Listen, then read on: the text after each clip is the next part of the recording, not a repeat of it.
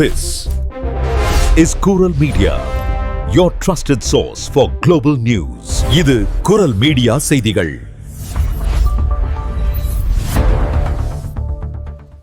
இது குரல் மீடியாவின் இன்றைய பிரதான செய்திகள். செய்திகளை வாசிக்கும் நான் கோகுலநாதன் தமிழினி. முதலில் தலைப்புச் செய்திகள். பாரிஸின் 16வது வட்டாரத்தில் துப்பாக்கி முனையில் தற்கொலை மிரட்டல் விடுத்த நபர், பாடசாலைக்குள் முடங்கிய மாணவர்கள். பாரிஸ் மாநகராட்சிக்கு உட்பட்ட பள்ளி ஒன்றில் குழந்தைகளிடம் அத்துமீறி நடந்து கொண்ட 2 ஊழியர்கள் பணியிடை நீக்கம். பிரான்சில் மனிதவள பற்றாக்குறை மற்றும் அடிப்படை வசதிகள் கேட்டு நாடு முழுவதும் காவல்துறையினர் போராட்டம். ஒவ்வொரு ஆண்டும் உணவுப் பொருட்கள் வீணாவதை தடுக்கும் வகையில் ஒரு புதிய திட்டத்தை கொண்டுவர உள்ள பிரான்ஸ் அரசு. மின் விநியோக நிறுவனமான ஈனிடஸ் பெயரில் நடைபெறும் புதிய தொலைபேசி மோசடிகள் குறித்து பொதுமக்களுக்கு அவசர எச்சரிக்கை.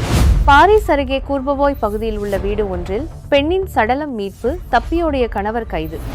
பிரான்சில் இந்த பிப்ரவரி மாதம் முதல் வரவுள்ள அரசியல், பொருளாதாரம் மற்றும் பயணம் சார்ந்த பல முக்கிய மாற்றங்கள். குழந்தைகள் காப்பகம் ஒன்றில் 11 மாத பச்சிளம் குழந்தையை கொடூரமான முறையில் கொலை செய்த காப்பக பெண். தலைநகர் பாரிஸில் ஆயிரக்கணக்கான மக்கள் வீதிகளில் போராட்டம். ஐரோப்பிய ஒன்றியத்தை விட்டு வெளியேற கோரிக்கை. தொடர்பான விரிவான செய்திகள். பாரிஸின் 16வது வட்டாரத்தில் உள்ள ரூ டு லாங்ஷாம்ப் வீதியில் கடந்த வெள்ளிக்கிழமை காலையில் பரபரப்பான சம்பவம் ஒன்று அரங்கேறியுள்ளது.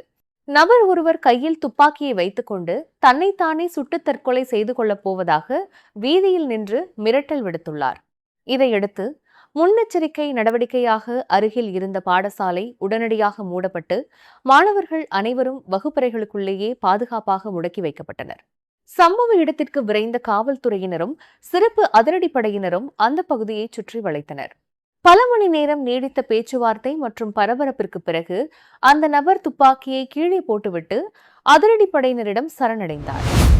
பாரிஸ் மாநகராட்சிக்கு உட்பட்ட பள்ளிகளில் வகுப்பு நேரம் முடிந்த பின் நடைபெறும் செயல்பாடுகளின் போது பெண் ஊழியர்கள் குழந்தைகளிடம் அத்துமீறி நடந்து கொண்ட காட்சிகள் வெளியாகியுள்ளது. பிரபலமான கேஷ் இன்வெஸ்டிகேஷன் நிகழ்ச்சியில் ஒளிபரப்பப்பட்ட அந்த காட்சிகளில் 2 பெண் மேற்பார்வையாளர்கள் குழந்தைகளை வாயோடு வாய் வைத்து முத்தமிடுவதும் அவர்களை நோக்கி கடுமையாக கத்துவதும் பதிவாகியிருந்தது. இந்த காட்சிகள் வெளியான உடனேயே சம்பந்தப்பட்ட 2 ஊழியர்களையும் பாரிஸ் மாநகராட்சி உடனடியாக பணியிடை நீக்கம் செய்துள்ளது. குழந்தைகளை நம்பி ஒப்படைக்கும் இடத்தில் நடந்த இந்த சம்பவம் பெற்றோர்களிடையே கடும் கோபத்தையும் அச்சத்தையும் ஏற்படுத்தியுள்ளது. இது குறித்து கருத்து தெரிவித்துள்ள தேசிய கல்வி அமைச்சர் எட்வார்ட் கெஃப்ரி, குற்றவியல் நடைமுறை சட்டத்தின் 40வது பிரிவின் கீழ் புகார்கள் அளிக்கப்பட்டுள்ளதாகவும் கடுமையான சட்ட மற்றும் நிர்வாக நடவடிக்கைகள் எடுக்கப்படும் எனவும் உறுதியளித்துள்ளார். பாரிஸ் மேயர் வேட்பாளர்களும் இச்சம்பவத்திற்கு கடும் கண்டனம் தெரிவித்துள்ளனர். பிரான்ஸ் நாடு முழுவதும் கடந்த சனிக்கிழமை காவல்துறையினர் வீதியில் இறங்கி போராட்டத்தில் ஈடுபட்டது பேசுபொருளாகியுள்ளது. அலியன்ஸ் என்ற முக்கிய காவல் தொழிற்சங்கத்தின் அழைப்பின் பேரில் நடைபெற்ற இந்த போராட்டத்தில் மனிதவள பற்றாக்குறை மற்றும் மோசமான பணி சூழலை கண்டித்து குரல் எழுப்பப்பட்டது. பல காவல் நிலையங்கள் மிகவும் பழுதடைந்து சுவர்களில் விரிசல்கள் விட்டும் எலிகள் மற்றும் பூஞ்சைகள் நிறைந்தும் சுகாதாரமற்ற நிலையில் காணப்படுவதாக புகார்கள் அடுக்கப்பட்டுள்ளன. குறிப்பாக செடான் நகர காவல் நிலையத்தில் சுவர் இடிந்து விழுந்த சம்பவம் நிலைமையின் தீவிரத்தை உணர்த்துகிறது. 2018இல் இங்கு புதிய கட்டிடம் கட்டப்படும் என்று கூறப்பட்டும் இதுவரை அது நடக்கவில்லை.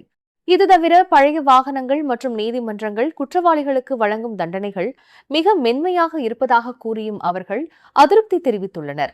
இதற்கு பதிலளித்துள்ள உள்துறை அமைச்சகம் 2017 முதல் நிதி உயர்த்தப்பட்டு வருவதாகவும் 2026 பட்ஜெட்டில் கூடுதலாக 100 மில்லியன் யூரோக்கள் ஒதுக்கப்படும் என்றும் உறுதி அளித்துள்ளது. ஒவ்வொரு ஆண்டும் சுமார் 3 லட்சம் டன் உணவுப் பொருட்கள் வீணாவதை தடுக்கும் வகையில் பிரான்ஸ் அரசு ஒரு புதிய திட்டத்தை கையில் எடுத்துள்ளது. இதன்படி பல்பொருள் அங்காடிகள் மற்றும் பேக்கரிகளில் விற்கப்படாமல் மீதமாகும், ஆனால் உண்ணக்கூடிய நிலையில் உள்ள உணவுப் பொருட்களை அங்கிருக்கும் ஊழியர்களே வீட்டிற்கு எடுத்துச் செல்ல அனுமதிக்கப்பட உள்ளனர். தொண்டு நிறுவனங்களுக்கு வழங்கப்பட்டது போக மீதமுள்ள உணவுகளை மட்டுமே இவ்வாறு எடுத்துக்கொள்ள முடியும். வசந்த காலத்தில் அமலுக்கு வரவுள்ள இத்திட்டத்தின் மூலம் சுமார் 10 லட்சம் ஊழியர்கள் பயனடைவார்கள். கண்முன்னே நல்ல உணவு குப்பையில் வீசப்படுவதை விட இது எவ்வளவோ மேல் என ஊழியர்கள் இதனை வரவேற்றுள்ளனர். இருப்பினும் இது தவறாக பயன்படுத்தப்படுவதை தடுக்க ஒரு ஊழியர் ஆண்டுக்கு 100 முதல் 500 யூரோ மதிப்புள்ள பொருட்களை மட்டுமே எடுத்துச் செல்ல முடியும் என்ற உச்சவரம்பை நிர்ணயிக்கவும் அரசு பரிசீலித்து வருகிறது. பிரான்சில் மின் விநியோக நிறுவனமான எனிடிஸ் பெயரில் நடைபெறும் புதிய தொலைபேசி மோசடிகள் குறித்து பொதுமக்களுக்கு அவசர எச்சரிக்கை விடுக்கப்பட்டுள்ளது. தங்களை எனிடிஸ் ஊழியர்கள் அல்லது அதன் கூட்டாளிகள் என்று அறிமுகப்படுத்திக் கொள்ளும் மர்ம நபர்கள் பல்வேறு வணிகச் சலுகைகளை வழங்குவதாக கூறி வாடிக்கையாளர்களிடமிருந்து தனிப்பட்ட மற்றும் வங்கி சார்ந்த இரகசிய தகவல்களை திருட முயற்சிக்கின்றனர். இது குறித்து விளக்கமளித்துள்ள எனிடிஸ் நிறுவனம், நாங்கள் எந்த ஒரு வணிக விளம்பரங்களிலும் ஈடுபடுவதில்லை, தொலைபேசி அல்லது மின்னஞ்சல் மூலமாக வாடிக்கையாளர்களின் வங்கி விவரங்களை ஒருபோதும் கேட்பதில்லை என்று திட்டவட்டமாக தெரிவித்துள்ளது. பொது சேவை பணிகளை மட்டுமே மேற்கொள்ளும் எனிடிஸ் ஊழியர்கள் அவசர மின்சார பாதிப்பு ஏற்பட்டால் ஒழிய முன்னறிவிப்பு இல்லாமல் வீடுகளுக்குள் நுழைய மாட்டார்கள். எனவே இத்தகைய மோசடி அழைப்புகள் வந்தால் பொதுமக்கள் ஏமாற வேண்டாம் எனவும் உடனடியாக எனிடிஸ் வாடிக்கையாளர் சேவை மையத்திற்கு புகார் அளிக்குமாறும் கேட்டுக் கொள்ளப்படுகிறார்கள். பாரிஸின் புறநகர் பகுதியான குர்புவோய் நகரில் உள்ள வீடு ஒன்றில் அழுகிய நிலையில் பெண் ஒருவரின் சடலம் மீட்கப்பட்ட சம்பவம் அதிர்ச்சியை ஏற்படுத்தியுள்ளது. கடந்த சனிக்கிழமை மாலை குறிப்பிட்ட அந்த வீட்டிலிருந்து தாங்க முடியாத துர்நாற்றம் வீசுவதாக காவல்துறையினருக்கு தகவல் கிடைத்தது. இதனையடுத்து அங்கு விரைந்து சென்ற போலீசார் வீட்டுக்குள் பெண் ஒருவரின் சடலம் இருப்பதை பார்த்து அதிர்ச்சியடைந்தனர். சடலம் மீட்கப்பட்ட நிலையில் தலைமறைவாக இருந்த அப்பெண்ணின் கணவரை காவல்துறையினர் மடக்கி பிடித்து கைது செய்துள்ளனர். அந்த பெண் தாக்கப்பட்டு படுகொலை செய்யப்பட்டிருக்கலாம் என்று முதற்கட்ட விசாரணையில் தெரியவந்துள்ளது. இருப்பினும் சடலத்திலிருந்து துர்நாற்றம் வீசியதால் இந்த கொலை சம்பவம் நடந்து சில நாட்கள் ஆகியிருக்கலாம் என்று சந்தேகிக்கப்படுகிறது. பிரான்சில் இந்த பிப்ரவரி மாதம் அரசியல், பொருளாதாரம் மற்றும் பயணம் சார்ந்த பல முக்கிய மாற்றங்கள் நடைமுறைக்கு வருகின்றன. முதலில் அரசியல் களத்தை பார்த்தால் வரும் மார்ச் 15 மற்றும் 22 ஆகிய தேதிகளில் நடைபெறவுள்ள நகராட்சி தேர்தல்களுக்கான வாக்காளர் பதிவு மும்முரமாக நடைபெற்று வருகிறது. பொதுமக்கள் ஆன்லைன் மூலமாக பிப்ரவரி 4ஆம் தேதி வரையும், நேரடியாக டவுன்ஹாலில் பிப்ரவரி 6ஆம் தேதி வரையும் தங்களை பதிவு செய்து கொள்ளலாம். அதேவேளை மக்கள் தொகை கணக்கெடுப்பு பணிகள் ஜனவரி 15 தொடங்கிய நிலையில் அது பிப்ரவரி 14 வரை தொடர்ந்து நடைபெறும். பொருளாதார ரீதியாக மக்களுக்கு சில ஆறுதல்களும் சில சுமைகளும் உள்ளன. பிப்ரவரி 1 முதல் மின்சாரத்திற்கான வரியில் 5% குறைப்பு ஏற்படுவதால் ஒரு குடும்பத்திற்கு ஆண்டுக்கு சுமார் 10 முதல் 12 யூரோக்கள் வரை மிச்சமாகும். அதேபோல எரிவாயுவின் விலையிலும் சிறிய குறைப்பு நடைமுறைக்கு வருகிறது. சமையல் எரிவாயு 2.5%, வீட்டை வெப்பமாக்குவதற்கு பயன்படும் எரிவாயு 3.3% குறைகிறது. ஆனால் மறுபுறம் நெடுஞ்சாலை சுங்க கட்டணங்கள் சராசரியாக 0.86% அதிகரிக்கின்றன. இது 2021க்கு பிறகு ஏற்பட்ட மிக குறைந்த உயர்வு என்றாலும் வாகன ஓட்டிகளுக்கு இது கூடுதல் செலவாகும்.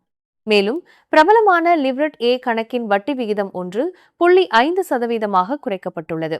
அத்துடன் பயணிகள் கவனிக்க வேண்டிய முக்கிய மாற்றங்களும் இந்த மாதம் நடைமுறைக்கு வருகின்றன.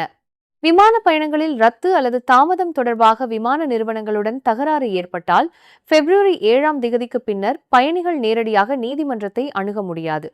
அதற்கு பதிலாக சுற்றுலா மற்றும் பயண மத்தியஸ்தர் மூலமாக சமரச பேச்சுவார்த்தை நடத்துவது கட்டாயமாக்கப்பட்டுள்ளது. மேலும் இங்கிலாந்துக்கு செல்வோர் கவனத்திற்கு பிப்ரவரி 25ஆம் தேதியுடன் ETA எனும் மின்னணு பயண அங்கீகாரத்திற்கான சகிப்புத்தன்மை காலம் முடிவடைகிறது.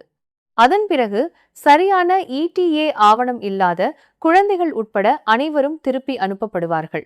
இறுதியாக பள்ளி மாணவர்களுக்கான குளிர்கால விடுமுறை ஜோன் வாரியாக, அதாவது வலயம் வாரியாக அறிவிக்கப்பட்டுள்ளது.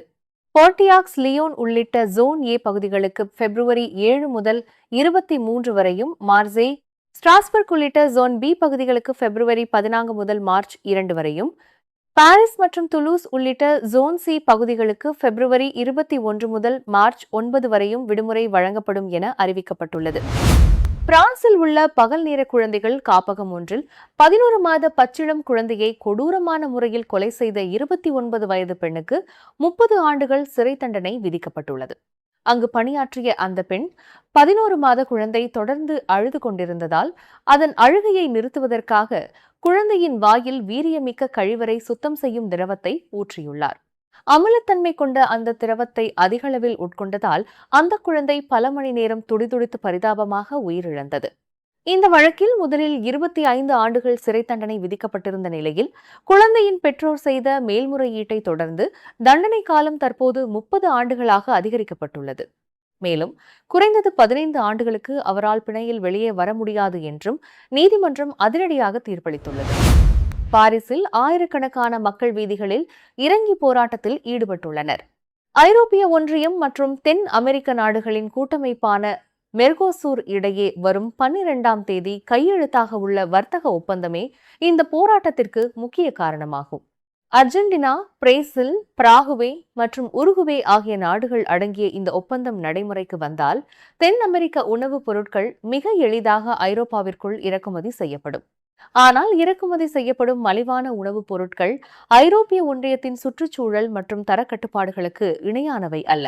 இது உள்ளூர் விவசாயிகளின் வாழ்வாதாரத்தை அழித்துவிடும் என்று பிரான்ஸ் விவசாயிகள் கடும் எதிர்ப்பு தெரிவித்து வருகின்றனர்.